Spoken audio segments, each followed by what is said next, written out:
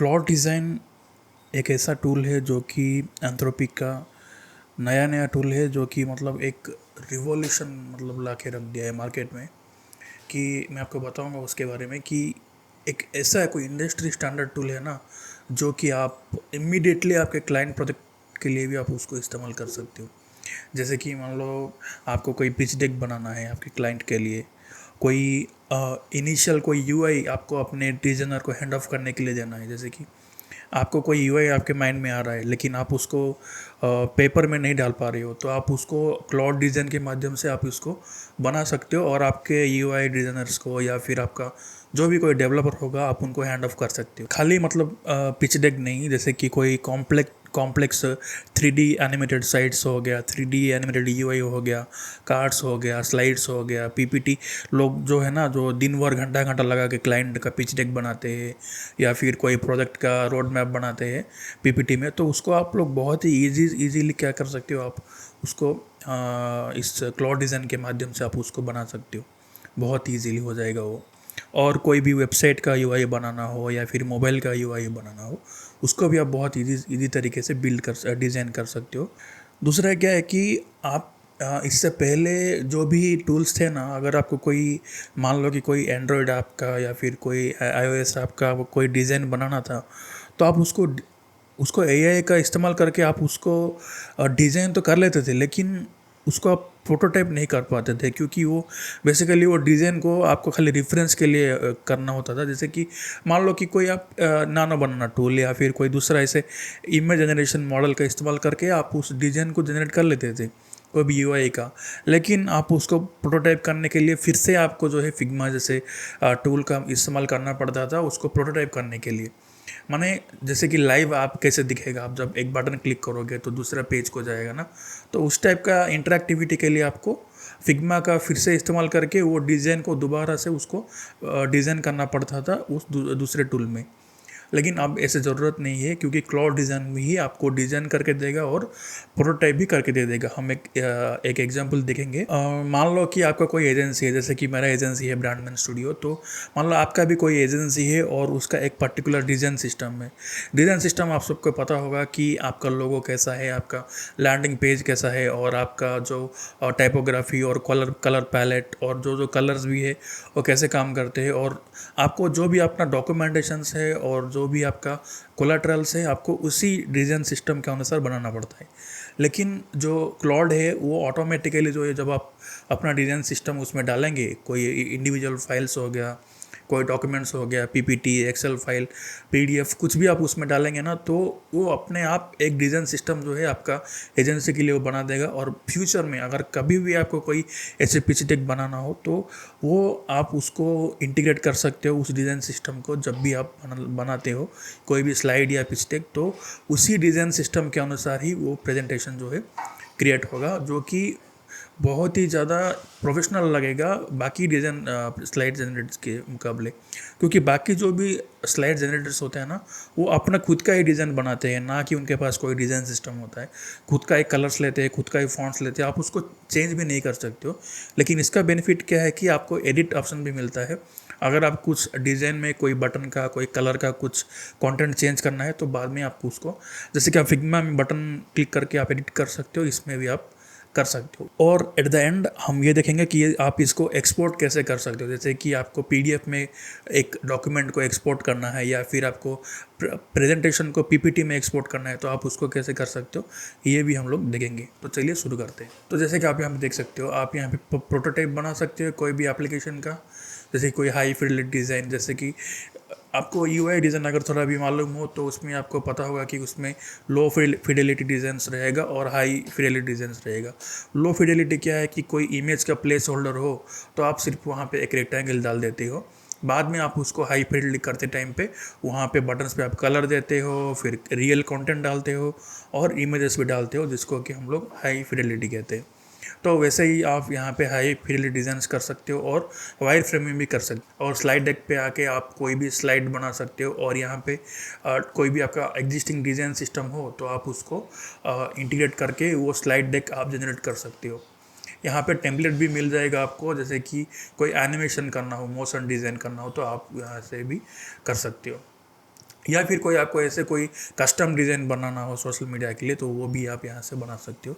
तो अभी के लिए हम एक यूआई डिज़ाइन बनाते हैं। जैसे कि मुझे पता नहीं कि मुझे एक लॉगिन स्क्रीन बनाना है, ठीक है, एक लॉगिन स्क्रीन बनाना है। लॉगिन का भी एक 4-5 स्टेप रहता है। तो उसमें मेरे को गूगल का ऑथेंटिकेशन भी डालना है, साइन अप और फॉरगेट पासवर्ड का भी डालना है, ठीक है। और एक मॉडर्न यूआई डिज़ाइन चाहिए जो कि कम्प्लीटली ब्लैक थीम में होना चाहिए। तो मैं ऐसे एक high Fidelity UI design generate करना चाहता हूँ एक मोबाइल ऐप का। तो यहाँ पे पहले तो मैं वो प्रॉम्प्ट लेके आऊँगा, क्योंकि प्रॉम्प्ट जनरेट करना भी अपने आप में ही एक मतलब कि एक टास्क है। तो इसके लिए मैं क्लाउड पे ही आऊँगा। यहाँ पे मैं टाइप करूँगा कि I want to generate few high fidelity. तो मैं काम करता हूँ, मैं एक टूल है इसका इस्तेमाल करता हूँ, high fidelity design for a mobile app, where I will be designing the login screens for the app. So where I'll be showing the login username, password, login button, the sign up button, forget password, and 3 or 4 slides to make this more attractive for a e-commerce social media app. And the total app should be in black theme only, and modern font should be used, modern display serif font should be used in the app. So for that generation, give me AI image prompt for cloud design. तो यहाँ पे मैंने ये दे दिया।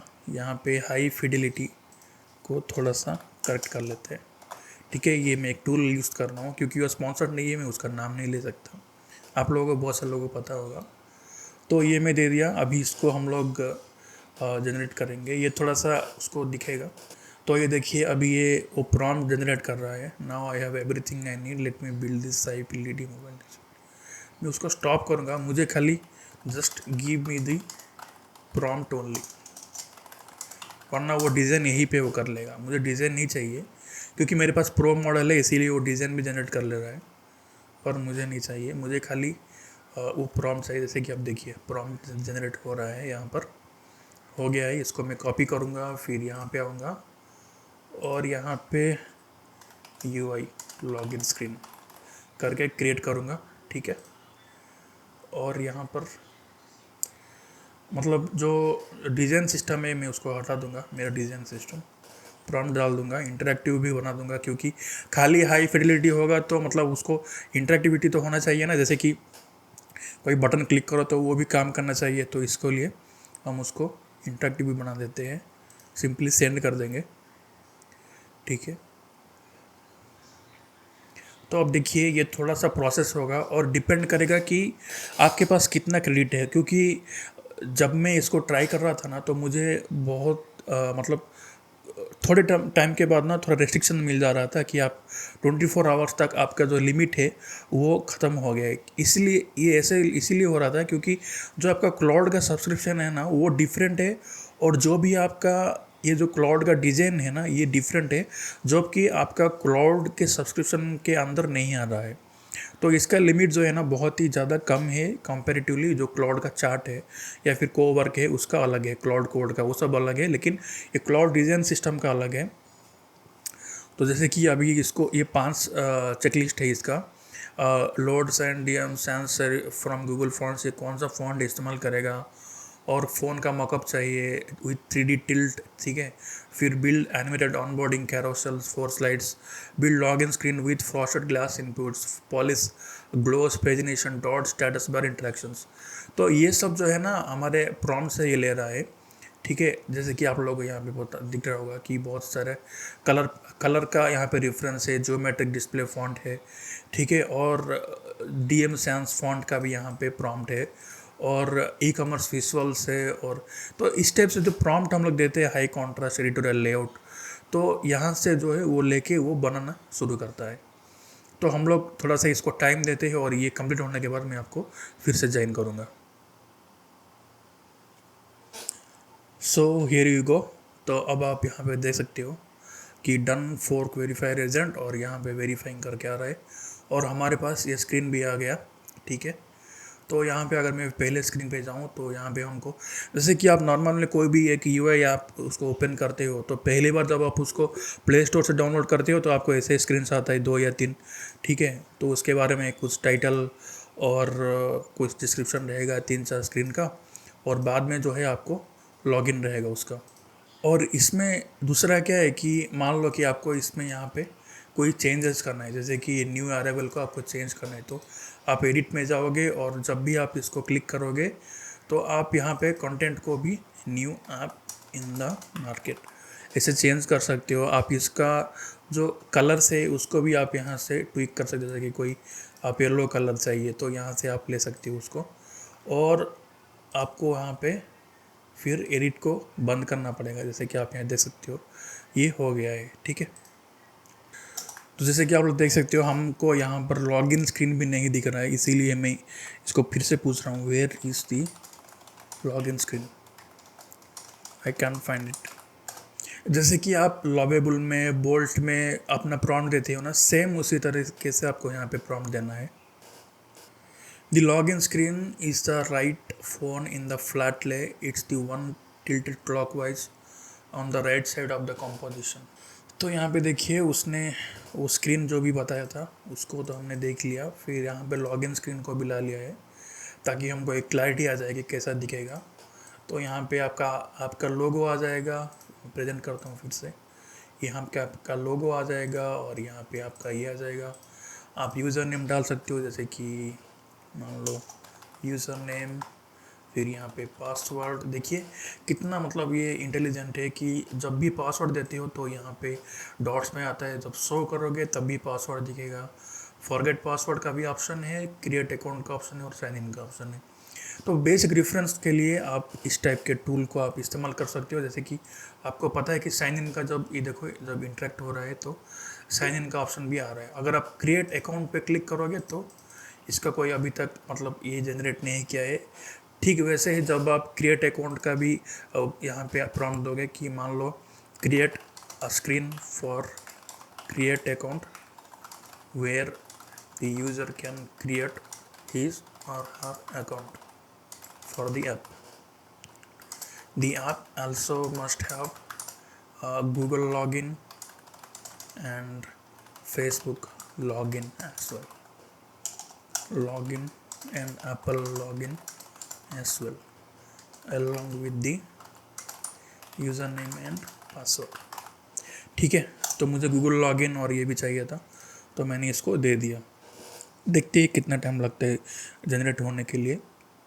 अभी तक जो भी इसने जनरेट किया है वो लगभग उतना ही टाइम लिया है जैसे कि कोई लावेबल का बोल्ट का ऐप लेता है, लेकिन ये खाली डिज़ाइन है तो उससे थोड़ा कम समय लिया है, जैसे कि मान लो कि कोई 1 या 2 मिनट लिया है जनरेट करने के लिए। लेकिन अगर कोई ऐसे रियल वर्ल्ड ऐप है जैसे कि लावेबल में, बोल्ट में, रेप्लिक में आप रियल वर्ल्ड ऐप्स बना सकते हो जो कि कोड भी लगता है उसमें, तो उसमें थोड़ा 5-10 मिनट टाइम लगता है एक चेंजेस के लिए, एक स्क्रीन के लिए। तो इसमें उतना टाइम नहीं लगता है, बस 30 सेकेंड से 1 मिनट में जो भी आपका डिज़ाइन है वो बन जाता है, ठीक है। अब ये हो जाए तो उसके बाद हम लोग देखेंगे लास्ट वाला स्टेप हमारा, जो कि है हम उसको कैसे हम लोग एक्सपोर्ट कर सकते हैं। तो अभी आप लोग यहाँ पे देखिए कि इसने क्या किया है कि लॉगिन स्क्रीन को उसने छेड़ा नहीं, लेकिन जो जो क्रिएट अकाउंट वाला सेक्शन है ना उसको इसने बना दिया है। मैं इसको फुल टाइम में प्रेजेंट करता हूँ तो आप यहाँ पे देख सकते हो कि यहाँ पर जो है उसने एक दूसरे स्क्रीन को डिज़ाइन किया है जो कि लोगो के साथ, फिर ये कुछ टैगलाइन है, फिर यहाँ पे वो लॉगिन आइकॉन भी डाला है, जैसे कि गूगल का आइकॉन, फेसबुक और एप्पल का आइकॉन डाला है ताकि कोई भी वन टैप लॉगिन करना चाहिए वो कर सकता है। फिर यहाँ पे उसको फुल नेम और यूज़र नेम, फिर ईमेल एड्रेस, पासवर्ड डाला है और फिर क्रिएट अकाउंट का एक ऑप्शन दे दिया है, ठीक है। डिज़ाइंस तो रेडी हो गया है, जैसे कि वेलकम स्क्रीन का, फिर लॉगिन स्क्रीन का और फिर अकाउंट ओपनिंग स्क्रीन का भी इसने डिज़ाइन बना दिया है। अगर आपको इसको मान लो आपके जो भी आपको डेवलपर से या फिर यूआई डिज़ाइनर से उनको अगर शेयर करना हो, क्योंकि अभी मोस्टली कोई यूआई डिज़ाइनर्स को ज़रूरत नहीं है क्योंकि ये तो मोस्टली बन के तैयार हो गया है। बाकी कोई भी आपको डिज़ाइन चेंज करना हो तो आपको कंटेंट में ही करना पड़ेगा, जो कि आप इजीली कर सकते हो आपके डेवलपर के साथ। और यहाँ पे आपको हैंडओवर के लिए ना शेयर जब आप जाओगे तो आपको कोई भी टीममेट होगा तो आप उसको कॉपी लिंक जनरेट करके आप शेयर कर सकते हो, ताकि जैसे कि आप गूगल स्लाइड्स, गूगल डॉक्स जैसे आप शेयर कर सकते हो, उसी तरीके से आप ये डॉक्यूमेंट को भी शेयर कर सकते हो। और यहाँ पर इस प्रोजेक्ट को डुप्लीकेट करके किसी को हैंड ओवर कर सकते हो, या फिर इस प्रोजेक्ट को आप जिप फाइल की तरह डाउनलोड कर सकते हो। तो भी जो भी इसका फाइल्स होगा जैसे कि आपको कोई वेबसाइट का प्रोजेक्ट है तो इसमें HTML ये सब आ जाता है ना, तो वैसे ही एक डाउनलोड हो जाएगा, फिर एक PDF की तरह इसको एक्सपोर्ट कर सकते हो और शेयर जाके यहाँ पे hand off to Claude Code कर सकते हो। अगर आपको इस ऐप को अगर रियलिटी में बनाना हो तो आप इसको बना सकते हो, लेकिन अभी उसकी कोई ज़रूरत नहीं है और मैं इसको डाउनलोड प्रोजेक्ट एज जिप भी कर लेता हूँ। ठीक है, तो आप देखिए जिप फाइल डाउनलोड हो गया है यहाँ पे। तो मैं इसको एक बार अनजिप करके दिखाता हूँ आपको। तो ये देखिए, ये मुझे मिला है यहाँ पर एक लॉगिन स्क्रीन। ये यहाँ पे एक रिएक्ट का फाइल भी दे दिया है, जिसको आप मतलब अपने कोई भी कोड एडिटर हो जैसे कि VS कोड या फिर कर्सर, उसमें आप डाल सकते हो, या फिर अपने ब्राउज़र में आप इसको चला भी सकते हो। ये एक HTML स्क्रीन है, ठीक है। हालांकि इसमें कोई प्रोटोटाइप नहीं किया है इसने, जो साइन अप स्क्रीन बनाया, पर चलेगा, मतलब बहुत ही अच्छे तरीके से इसने मतलब बना दिया। सो क्रिएट अकाउंट।